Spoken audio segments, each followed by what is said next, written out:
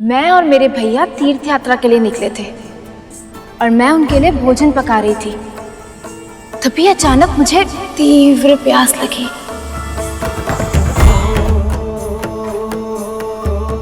फिर भैया ने कहा कि वो मेरे लिए शीघ्र ही जल लेकर आएंगे, किंतु देखिए ना, वो अभी तक नहीं आए।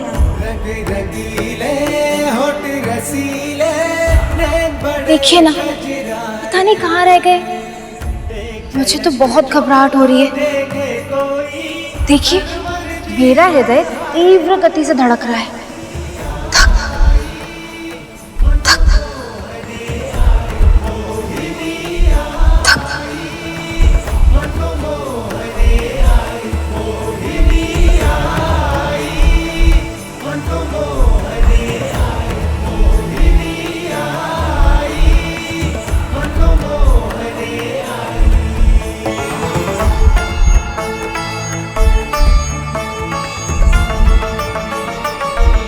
देवी मोहिनी के मनमोहक स्वरूप को देखकर असुरों को मोहित तो होना ही था, परंतु देवता भी इतने शीघ्र अपनी सुरबुद्ध खो देंगे ये मैंने सोचा ही नहीं था। हमने स्वयं प्रभु को मोहिनी स्वरूप धारण करते हुए देखा था, फिर भी हम उनकी सुंदरता में खोकर सम्मोहित हो गए।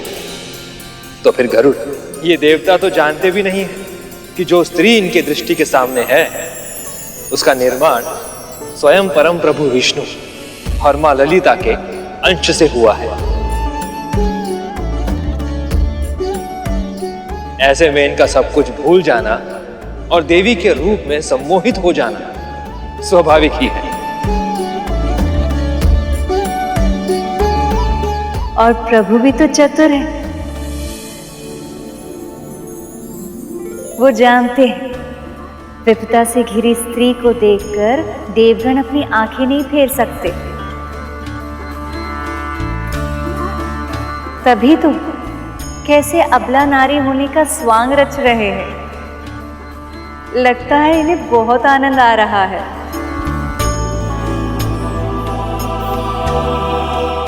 आप चिंता मत करो देवी, हम देवता आपकी सहायता अवश्य करेंगे। हम ढूंढ कर लाएंगे तुम्हारे भाई को।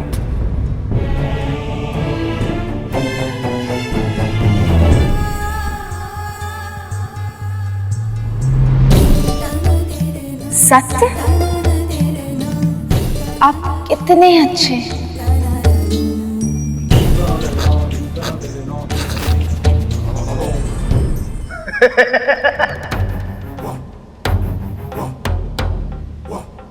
ये करेंगे सहायता आपकी, जो स्वयं सहायता की भिक्षा मांगते फिरते हैं।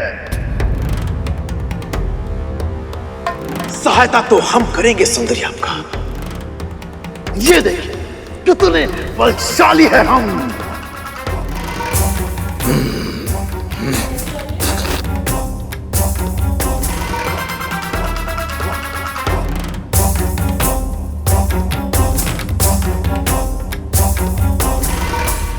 ये पुरुष कब समझेंगे कि स्त्री के मन को तन की शक्ति से नहीं जीता जा सकता।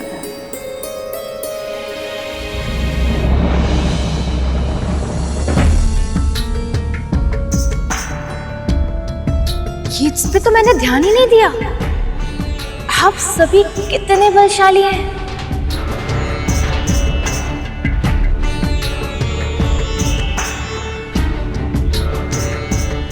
केवल तन की शक्ति है इनके पास, ना तो मन में संयम और ना ही मस्तिष्क में बुद्धि। हमने इन्हें एक बार नहीं अनेकों बार अपनी चतुराई से पराजित किया है। आप सत्य कह रहे हैं देवराज?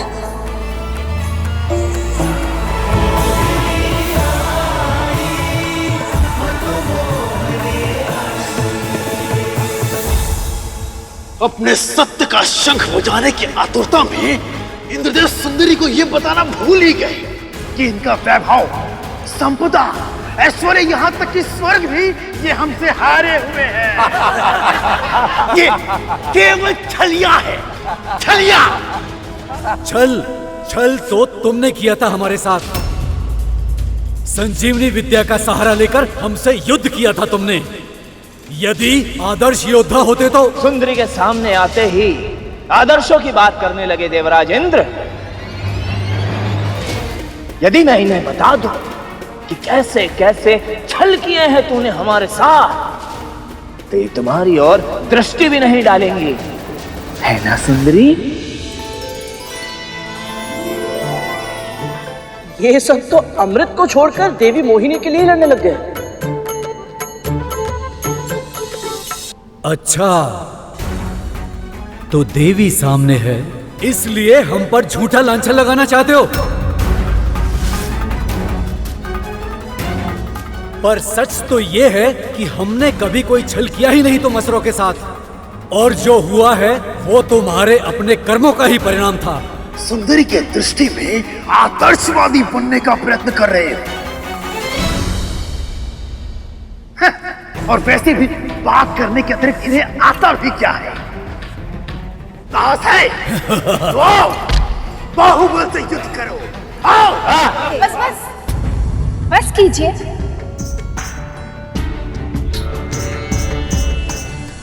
आप सभी यदि आपस में युद्ध करेंगे तो मुझे और अधिक भय लगेगा और फिर मुझे यहाँ से जाना होगा।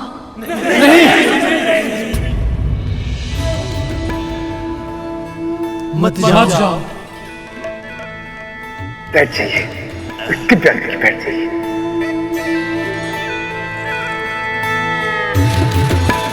ठीक है, मैं नहीं जाती, तो वचन दीजिए कि आप सब आपस में नहीं लड़ेंगे।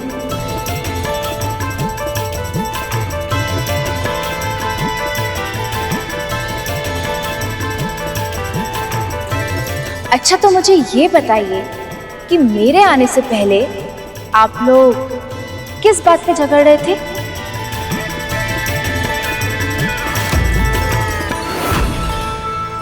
ये अमृत कलश है देवी,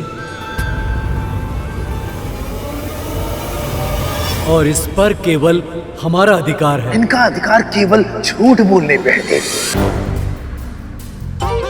कलश अमृत पर हमारा अधिकार है। हम असुरों का अधिकार, हमारा अधिकार है। हमारा अधिकार है।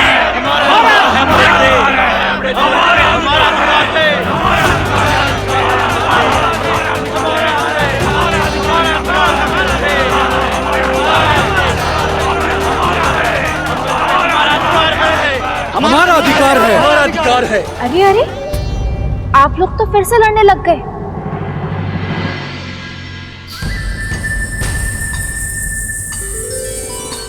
देखिए, इस कलश में जो भी है आप सभी के लिए पर्याप्त है।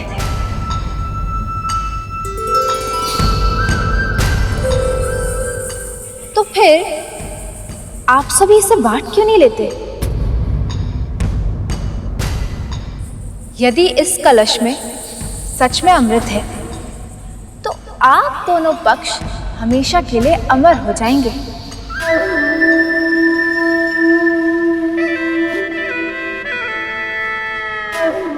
फिर कोई किसी पे आक्रमण भी नहीं करेगा, क्योंकि जब मृत्यु ही नहीं होगी तो युद्ध का लाभ ही क्या, है ना?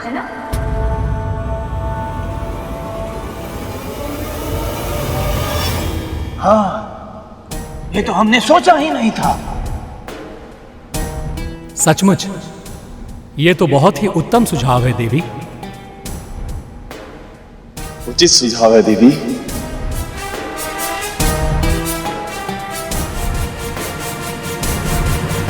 पर ये बंटवारा करेगा कौन? अरे देवता ही नहीं, हम तो स्वयं विष्णु पर भी विश्वास नहीं करते, क्योंकि ये देवता विष्णु के प्रिय है, और इसलिए ये विष्णु सदैव से ही हम असुरों के साथ पक्षपात करता आया है। हाँ, जगत स्वामी के लिए इनके मन में कितने गलत विचार हैं, जो हर कण कण में समाया है। वो किसी से क्या भेदभाव करेगा? ये तो असुरों के कर्मों के फल है, अन्यथा वो भी इस अमृत के समान अधिकारी होते। विश्वास तो हमें भी असुरों पर नहीं है।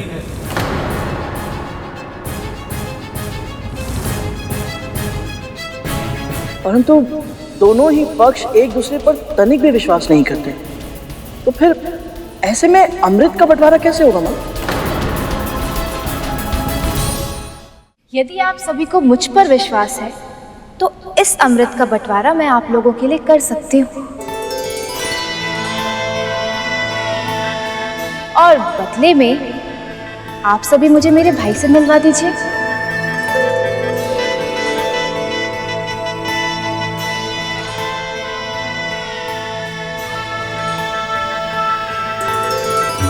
प्रभु की योजना तो बहुत ही अनोखी है,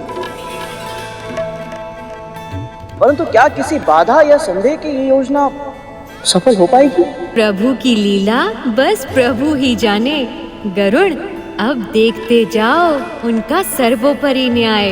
आपने बताया नहीं, कहिए ना, कर दूं अमृत का बंटवारा? अवश्य देवी, अवश्य।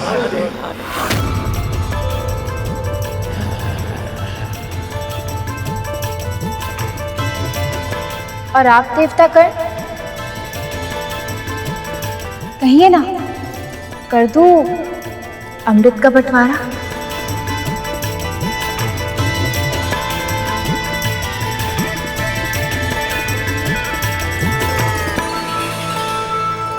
आप पर तो हमें पूरा विश्वास है देवी, पर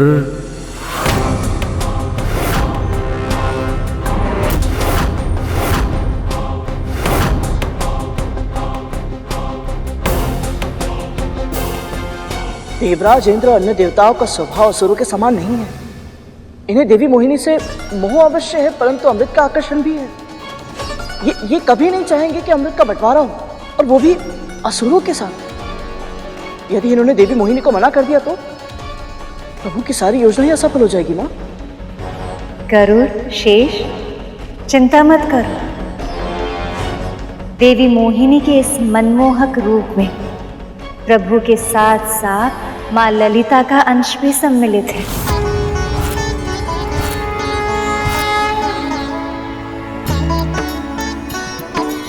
इसलिए वो सफल ना हो, ऐसा तो हो ही नहीं सकता।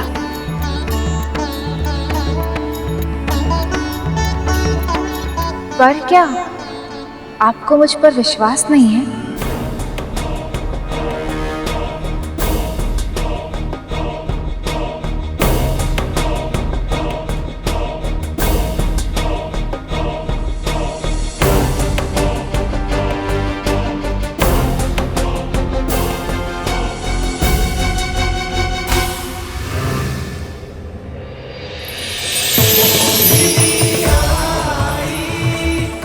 देखिए, मेरी आंखों में देखिए, क्या आपको किसी छल की छाया दिखाई दे रही है?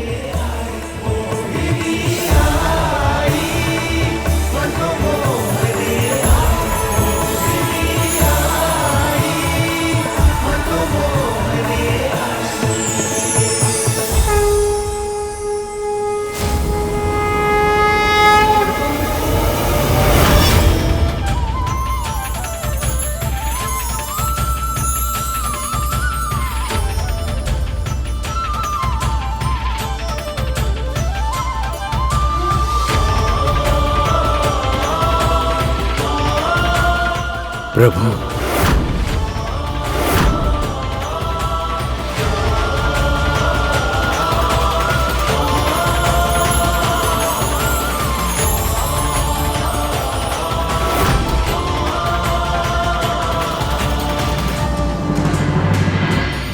ये देवराज और मोहिनी एक दूसरे को ऐसे क्यों देख रहे हैं, जैसे दोनों के मध्य इशारों में कोई बात हो रही हो?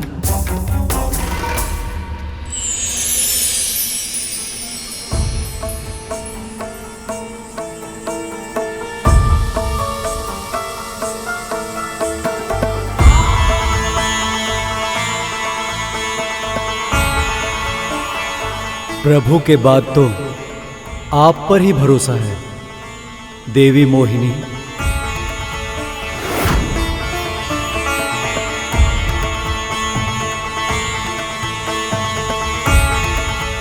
अभी क्षण भर पहले तो इंद्र के मन में संकोच था, पर अब अचानक इतना उत्साह कैसे आ गया? तो चलिए देवताओं से आरंभ करते हैं। परंतु सुंदरी, ये अमृत कलश पहले हमें मिला था, इसलिए अमृत भी पहले हमें ही मिलना चाहिए।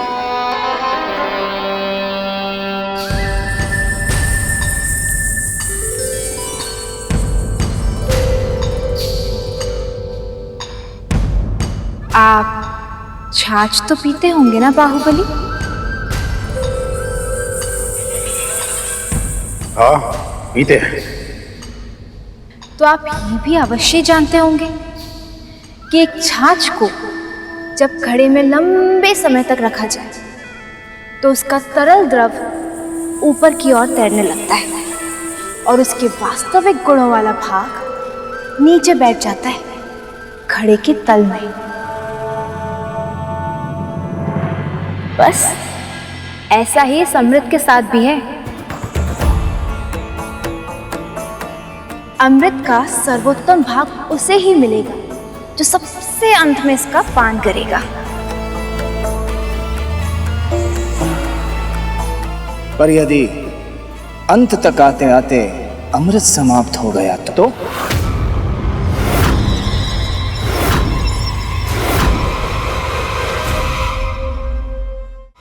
नहीं सुंदरी, अमृत का वितरण तो हम असुरों से ही आरंभ करना होगा आपको।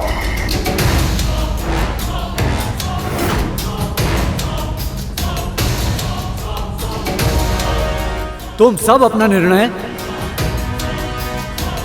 देवी मोहिनी पर थोप नहीं सकते। हाँ, ये निर्णय केवल देवी मोहिनी का होना चाहिए। इसमें हस्तक्षेप करने का किसी का अधिकार नहीं। हस्तक्षेप नहीं अग्नि, सुझाव है ये, सुझाव। सुझाव भी नहीं, अधिकार है हमारा।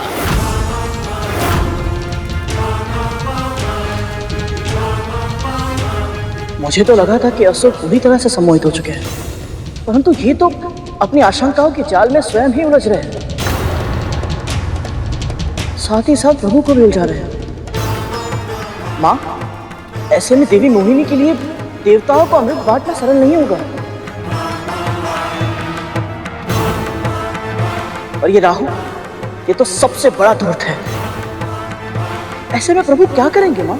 असुर जिस असुरी शक्ति पर गर्व करते हैं उसका सबसे बड़ा तत्व क्रोध है, और क्रोध किसी भी प्राणी के सोचने की और समझने की शक्ति को समाप्त कर देती है। मैं प्रभु के मन को जानती हूँ।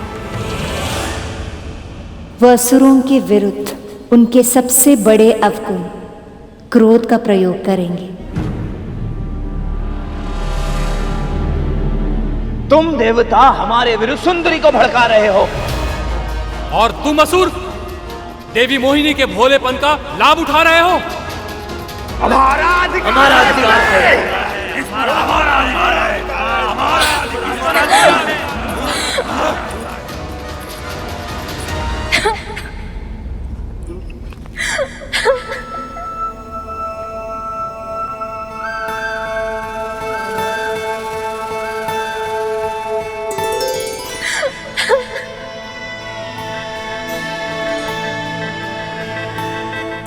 देवी, सब ठीक तो है ना?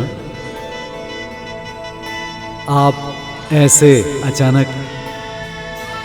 एक तो पहले से ही मेरे भैया खो गए, ऊपर से आप लोग आपस में लड़ाई करके मुझे और भयभीत कर रहे हैं।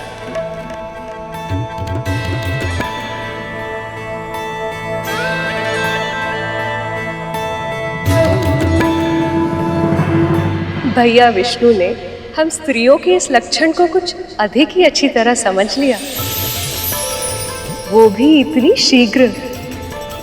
ये तो आपके लिए समस्या हो गई सखी।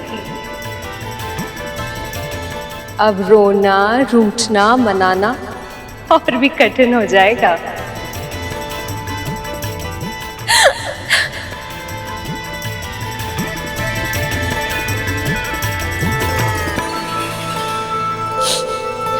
मैंने सोचा था कि मैं प्रसन्नता से इस अमृत का वितरण करूंगी और आप लोग शांति पूर्वक इसे ग्रहण करेंगे। आपका भी कार्य हो जाएगा और मेरा ध्यान भी बढ़ जाएगा। किंतु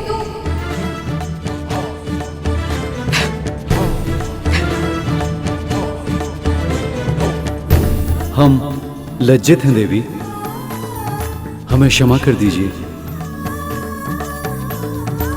हाँ देवी, हम वचन देते हैं अब हम अमृत के बंटवारे के लिए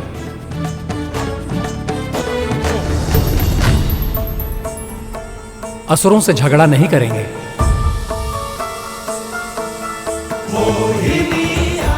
सुंदरी अब जो चाहेंगी, जैसा चाहेंगी वैसा ही होगा। अब उदास होकर हमारे हृदय को पीड़ा मत पहुंचाइए।